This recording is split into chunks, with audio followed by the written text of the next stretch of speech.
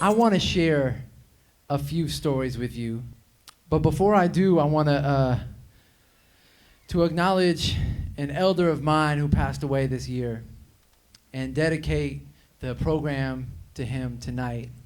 His name is Robert Owens Graygrass, and he was a storyteller. He was a spiritual leader. He was an actor and a comedian and an uncle and a grandfather and so many things to so many people. And he was a really, really good, beautiful person. He passed away this summer. So I just want to invoke him tonight in his spirit and pay respects and pay the love and the light to him. So I just want to honor him. And so I want to take a few minutes now to think out loud, maybe in a sense, about a question that's been bothering me recently. But I'm going to need your help. So the way it works is that it's a slideshow, and the slides can't move forward unless we all clap together. So when I say clap, don't do it yet. When I say clap, we're going to see if we can all clap, and we'll see if that moves the slide. Are you ready to help me out with this? Yeah? Okay. Clap. So I've been thinking about this question, and I've been trying to figure it out. As a white person, this is a big, important question for me to really think about. Because a lot of people have been talking about Thanksgiving. You know, people think about it as a Native American thing, but it's actually more of a white thing than anybody else. White people invented this holiday, right? So I want to look at that. Clap. Thangs Taken. Part of this is about the taking.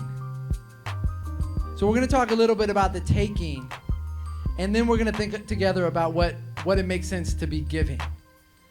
Right? And it's not, I want to be clear, I'm not hating on Thanksgiving. Gratitude, such a beautiful and profound practice. I really try to be grateful every single day. Right? This is not about not being grateful. Right? It's about what does it make sense to be giving? Is it thanks? In this context, that it makes sense to be giving after so much that's been taken. Clap. It started with the people. Brother Hartman just broke down the legacy of Native American slavery. Clap. People generally know about African American slavery in this country, right? That is something that people can reference, have some level of knowledge, some point of entry into that conversation, right? African American slavery. The level of ignorance about Native American slavery, right, that happened as a huge and giant phenomenon in this country on the East Coast, on the West Coast. Who do you think made the missions? It was not the Spanish, it was native folk, all up and down California, right? The Spanish were enslaving the local populations to build those missions. Right now, everyone wants to go see the missions and talk about how the Spanish and the Padres made the missions. They didn't make those missions, right? Clap. So it started with taking people. Now, this might be the most egregious and inhumane taking possible, right? And I don't want to minimize it at all. It's so profound, but that's where it started. Clap. What comes next? Land, right? Of course. We have to talk about the land. Clap. This map is from a 2000 census. The green areas represent current Native American reservations. You will notice that Ohlone people are not federally recognized. That means they do not have a reservation. They do not have a land reservation. They do not have land base. 100% of their ancestral territory has been stolen. Many, many tribes across the country are in that same position. If you add all these little green areas together, it equals 2% of the land base of the United States of America. Flip that number around, that means 98% of this country have been stolen over the last 500 years from Native American people, right? That is so much about what Thanksgiving is about. Something like 40% is currently owned by the federal government, right? If you think about BLM land, national parks, national forests, that means that 40% of the country could be given back in reparations to Native American communities tomorrow without a single private property owner's rights being infringed upon. Clap. How did this happen? How did the land get stolen? Well, there were a couple different mechanisms. One of them was treaties. There were 371 treaties made between the United States government and various Indian nations, Native American nations, and tribes across the country. And this is a beautiful thing because the United States government has a perfect record. 100%. They broke every single treaty that they made. Every single one of them. I think about this sometimes on the 4th of July. Clap. How else did it happen? There's a number of theories, but this is a big one. Guns, Germs, and Steel by a guy named Jared Diamond. Germs, right? Harmon talked about it. Native American populations were decimated oftentimes before any European even arrived there by diseases that were preceding them. In a nutshell, because this is a big old concept, in a nutshell.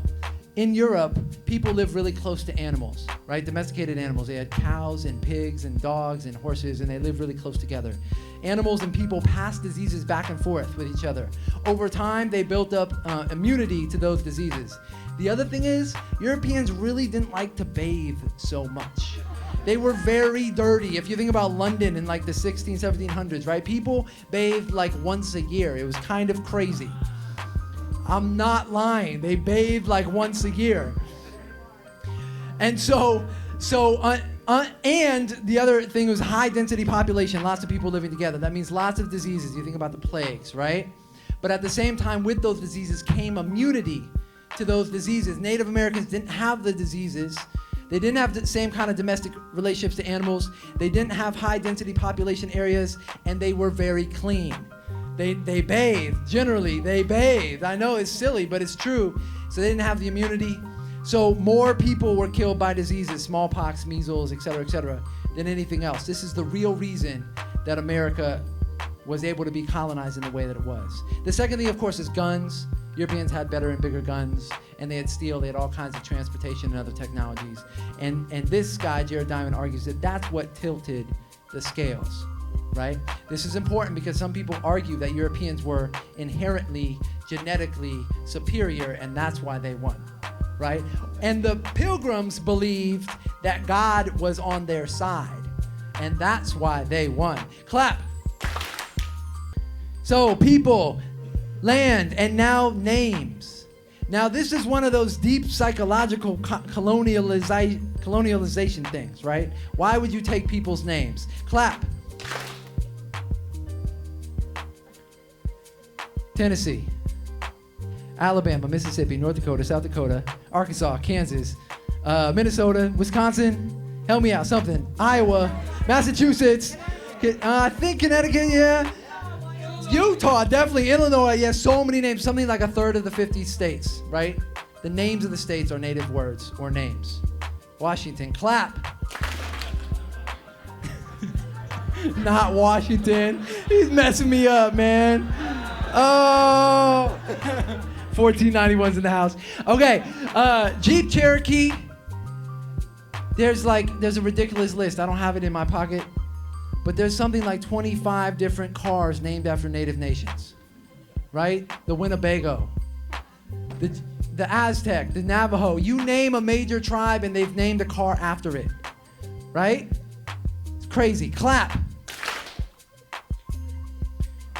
Apples, tobacco, alcohol, so many products, right? How many people saw the slideshow coming in, right? All those images historically, native names and native images have been used to sell things for a very long time. Clap. Yeah, Ohlone Park, right? Ohlone Way, Shell Mountain Street, all of these things, right?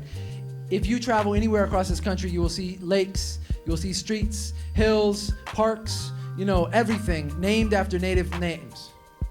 So, what happens psychologically to people, right? When you say, we will steal your people, right, in slavery, kill your people in war, steal your land, put you in reservations, but we will name everything after you. What does it mean that we all walk around in this landscape full of native names, but all the native people are invisible? Apache helicopters, thank you. Or Geronimo as a code name for Osama, right? All on and on and on and on. My concern as well is what does that do to white people? What does that do to us? How do we internalize that? What does that mean for our psyche and for our soul? Clap.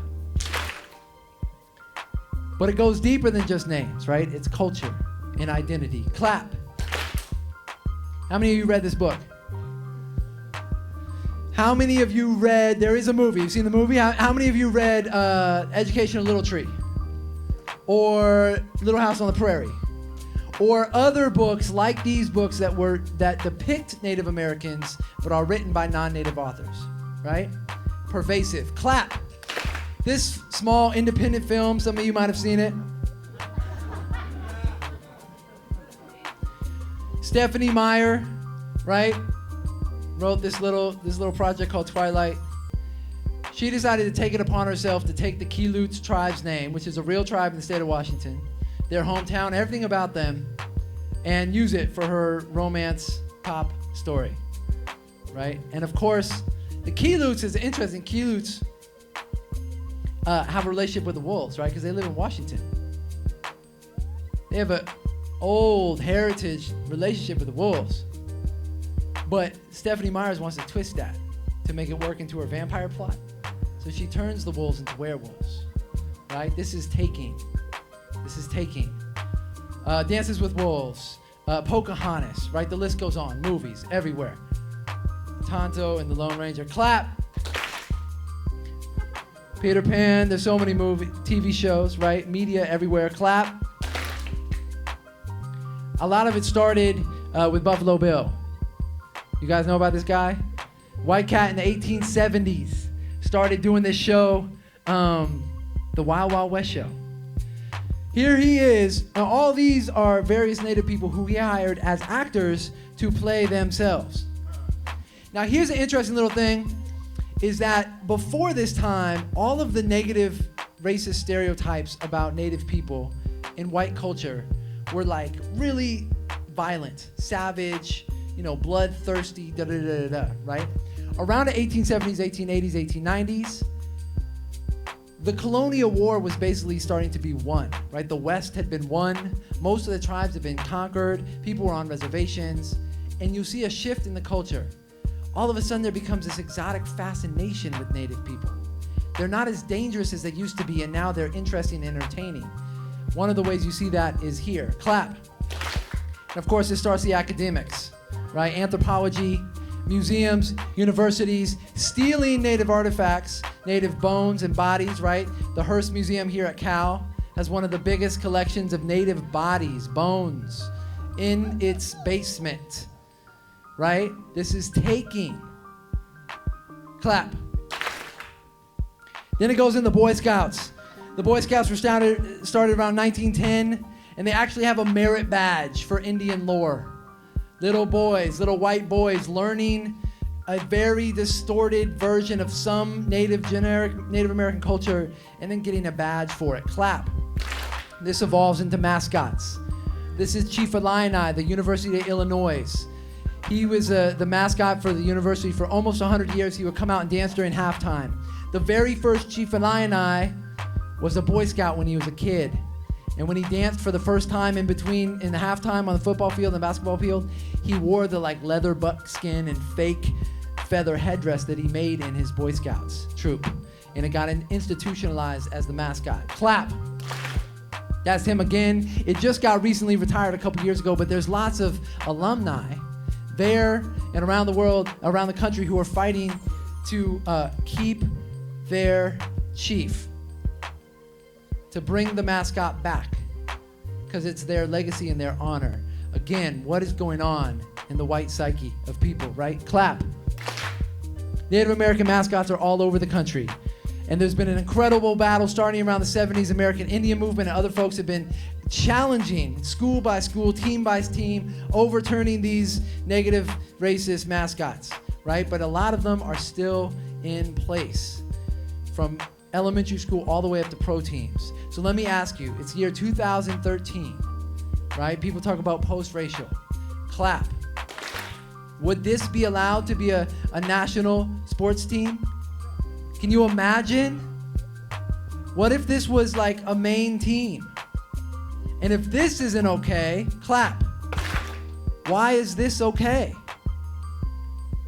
Why is this okay? Why is this the reality that we're living in 2013? Right? Clap. One of the main controversies right now has been around the Redskins, the Washington Redskins. This is an active thing. There's been major articles in Huffington Post. Bob Costas, a major football announcer, came out against the mascot as the Redskins, saying that there's no way to justify it. This is one example of an ongoing campaign happening right now to get rid of this racist mascot, right? There's lots of ways this history is present today. Clap. And of course, a time-honored Thanksgiving tradition is watching football, right? Watching football, which brings us to Thanksgiving. Clap. A time for giving and sharing. Oh, the happy little Indians and the happy pilgrims, right? Sit down to a feast. Clap. It's interesting because when did Thanksgiving really start? Pop question. 1860s. The vampire slayer himself made it official national holiday as part of a propaganda to build nationalism after the Civil War. The Civil War divided the country. He wanted to unite the country. So he made up this holiday, institutionalized it as a national holiday in the 1860s. Clap. This is a very famous painting propagated throughout the last couple hundred years. And isn't that really sweet pilgrim woman who's feeding the native gentleman there? Isn't that so nice of her? We could spend like an hour breaking down this painting, but it speaks for itself. Clap. Raise your hand if you cut out colored construction paper feathers and a black pilgrim hat in elementary school. That might not go down here in the Bay Area, but it's still that there. Trust me, there are elementary schools around this country that still do that. Clap. I took this picture last week in Healdsburg, California, in a diner. It was on the back of a kid's menu. This was like the coloring activities for the kids to do while they were waiting for their food. Clap. This is California. Everybody gets involved. You know, and this is the corporate thing because it sells things, right? You have your T-Day sales. Clap. It becomes so trivial. And one of the things I really appreciated about what Hartman said was about the humanization, right? Because when it gets down to this is not humans anymore, right? These are racist icons and et cetera, et cetera. And again, what happens to us when we're projecting these images? Because white people have made all these images. Native people are not making these images of themselves. So what does it say about who we are? Who are non-native people in this country and our relationship to this history in this land? Clap. There are so many ways to celebrate this holiday. And a lot of people do it like this. Clap. Here we are today. Clap. Just had Halloween. You know it went down. Following it, right? Clap. Oh, I'm not even gonna say anything. Clap. This went down last week. Do you all hear about this? A high school in Alabama. One high school, their mascot is named the Indians. They came to play football against another team, and this is what their other team's cheerleading squad made for the high school football game. This is last week, literally last week in Alabama. This is the state of the country that we're living in. Clap. So my question that I've been thinking about, in addition to what's wrong with white people, in addition to searching for white folks' soul, because that's really what the mission that I'm on. I'm trying to figure out where is our humanity? Where is our soul in this picture? You know, the children of colonizers, the children of the soldiers, right? The inheritors of this genocide. What is our relationship to this history, to the land that we live on, to the communities that we're engaged with? After all this taking, what is it really most appropriate to be giving right now? What does the world need? Is it really thanks? Or what? What does reparations look like? What does healing look like? What does justice look like? So I encourage you, because right now we're kind of on the eve of this holiday cycle, right? I encourage you to think about, as you go off into your communities and your families for the next week, right? Maybe you'll attend the Alcatraz sunrise ceremony on Thursday morning, right? Big up for the folks who are holding that down. Maybe you'll attend the protest on Black Friday at the Dead Mall in Embryville that we'll let you know more about in a little bit. How are you going to have that dinner table conversation?